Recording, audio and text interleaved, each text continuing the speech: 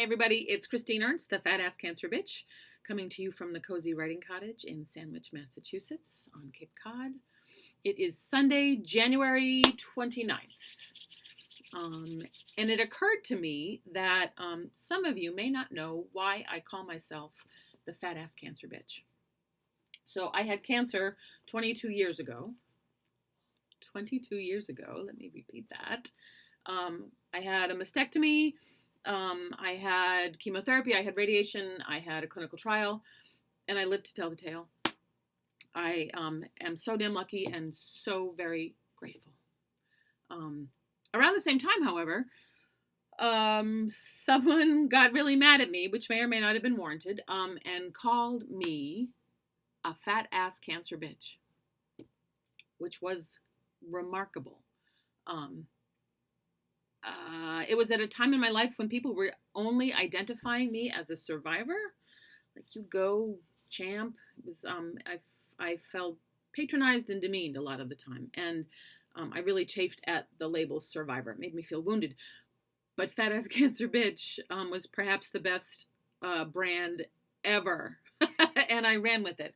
It had strength and humor, and it became my performing name. And I made stickers and magnets, and I perform every year as the Fat Ass Cancer Bitch. This year, the title of the show is Bite Me, in honor of this magical tote bag that my niece gave me. Bite me, beloved. We'll be beloved today.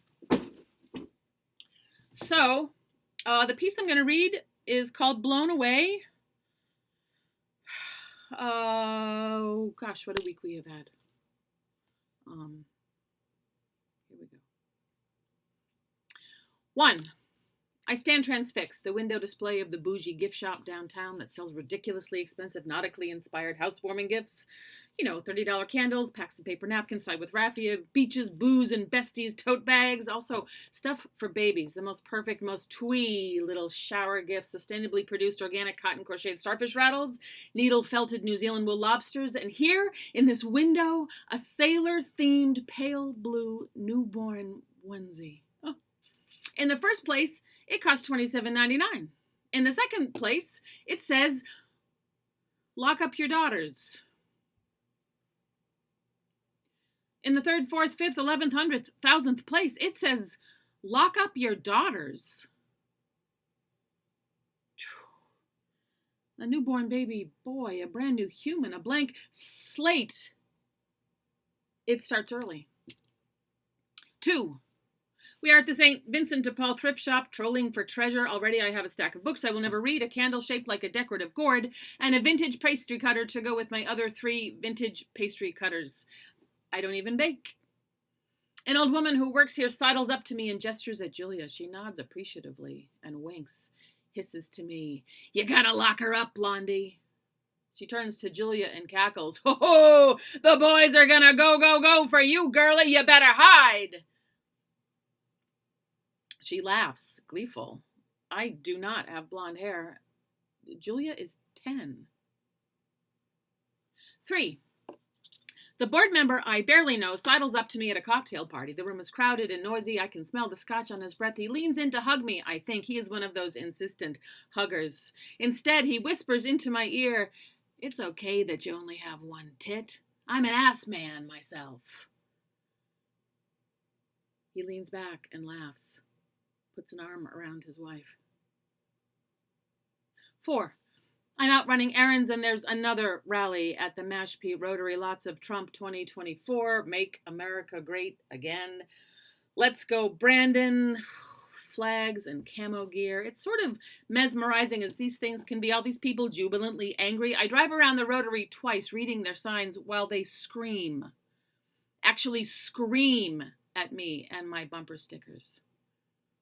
I notice on my second lap one guy all alone parked on the verge on the Stop and Shop side holding up a piece of cardboard that says, "Love trumps hate." I honk at him and wave. He nods back, tight-lipped, stoic, as if to say, "I know, right?" Examples of the dailiness of hate here in my own community. Sexism, genderism, racism, all the other isms, ageism, ableism, classism, sizeism. They make up a Venn diagram of overlapping intersectional circles, the places where they all converge, the dark heart, the very opposite of love is violence. I like to think that we are evolving away from such bloodlust, away from lizard brain biological aggression. But then I notice how many times a day I myself swear in my car. How often I slam a door, bang a drawer shut. How saturated is my own language with violent context. I hate guns, but my speaking is filled with them because when I start to pay attention, I am blown away. Well, shoot, we are locked and loaded, folks. If I give it a shot, do you think he'll go ballistic? She has a hair trigger, they're a loose cannon. We dodged a bullet there, you old son of a gun. And the rest of the violence in my daily conversation, he's drop dead gorgeous. What a killer smile. I'll take a stab at it. Just roll with the punches. Traffic was murder, so kill me now. But be brutally honest, but don't bite my head off. I am killing it, right? Beats me. Don't get me started on the way violence is glorified in our culture. Film and video game and nation building and policing and professional sport. It is the water we swim in. I used to, well, of course I still want to, invent the bumper sticker. That will be such a powerful message that it will change the world. The surgically precise 4 words, 5 words tops, the drone strike brief sentence. There I go again with violent metaphor. The knock you out brief sentence. Nope. The punch you in the gut brief mess. Nope. The disarming. Not even that. The exact combination of word and intent and color and font on a sticker that is so perfect that it will go viral and maybe make people think, which might make people change, which could make the world better. But I am no prophet. And all I've been able to come up with is, let's go Darwin. Or, be kind, you big jerk. Yeah. Or, who would Jesus hate? Or, tell me your story. Which is too mushy and soft to go viral, but I think it is the answer. I always say that the story will save us all, that we suffer because our story goes unheard, untold. That sharing our stories, receiving other stories is healing work. Locating those places where we overlap on the Venn diagram of human connectedness, we are so disconnected from each other. It's like the human Wi-Fi is down. So 1, to the woman who owns the gift shop selling the $27.99 onesie, apart from the obvious, that is a really expensive onesie, I could ask, why do you think this onesie is funny? But that's kind of aggressive, which I seem to specialize in. Maybe I don't need to scold or haul out my soapbox to make my excellent point. Maybe I just don't need to make my point. What if the point is creating a foundation of connectedness? Sort of meta, also boring. I am so much better at the heated exchange in the moment. Something else I specialize in. But this work is slow and small. The work is long haul. What if I say, your shop is so beautiful. How are you today? I love these placemats. What if I don't go for the jugular? Another violent metaphor. What if this woman simply experiences my kindness and curiosity?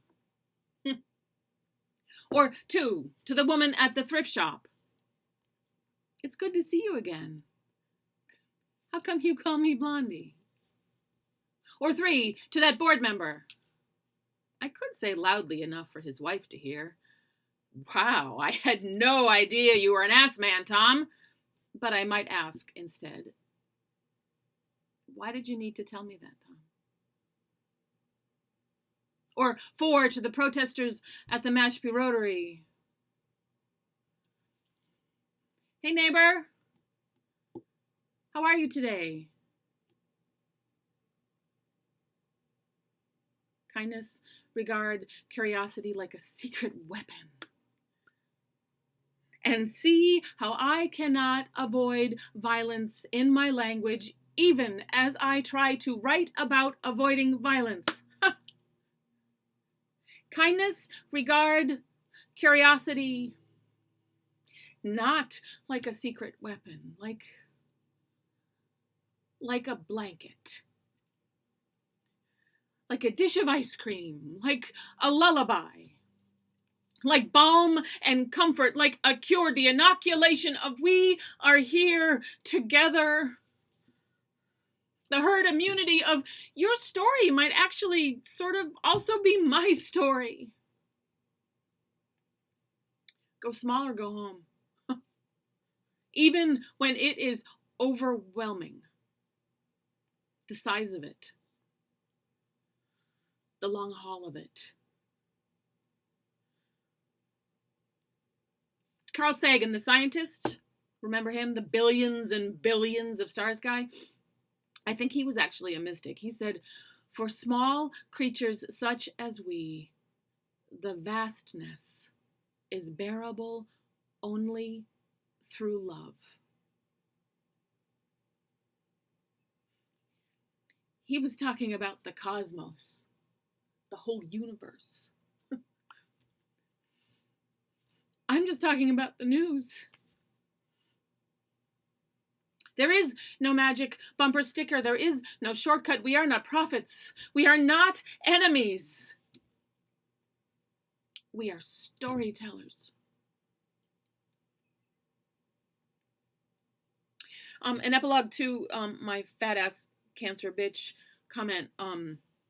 The person who said that to me came and apologized later, and we are now friends. Isn't it beautiful when something terrible becomes something beautiful? Have a lovely Sunday, folks. Go out for a walk. I'll see you next week.